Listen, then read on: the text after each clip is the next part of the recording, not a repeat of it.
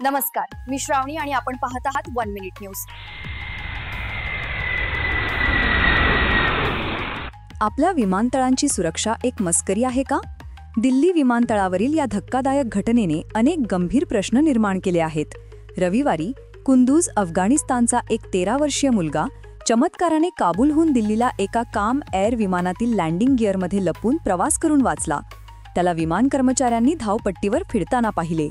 मुलाने कुतूहलापोटी हे केल्याचे सांगितले। ही अविश्वसनीय कथा एक मोठी सुरक्षा चूक दर्शवते, पण एक मोठा प्रश्न निर्माण करते। एक अल्पवयीन, एक स्टॉवे, एका मोठ्या आंतरराष्ट्रीय विमानतळावरील सर्व तपासण्या कशा पार करून आला? मुलाला त्यानंतर काबूलला परत पाठवण्यात आले आहे।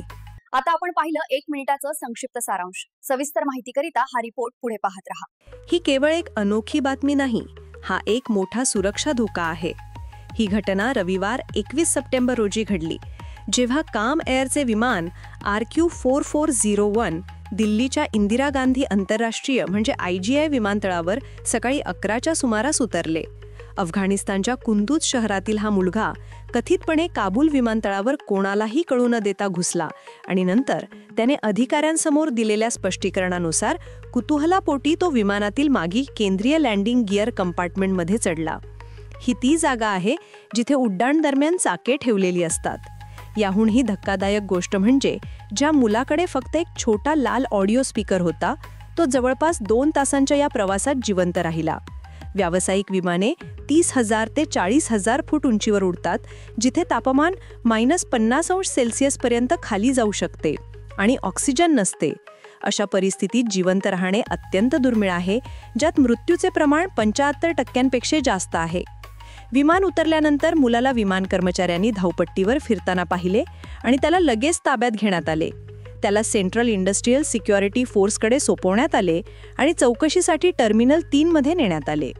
मुलाची ओळख गुप्त ठेवण्यात आली आहे, परंतु त्याला गुन्हेगार नव्हे तर अल्पवयीन आणि पीडित मानले गेले। सखोल चौकशी आणि सुरक्षा तपासणीनंतर त्याला काही तासांनी त्याच एअरलाईनच्या परतीच्या विमानाने RQ4402 ने काबूलला परत पाठवण्यात आले। या घटनेमुळे तो काबूल विमानतळावर कोणत्याही तपासणीशिवाय सुरक्षा व्यवस्था कशी भेदून आला याची संपूर्ण चौकशी सुरू झाली आहे।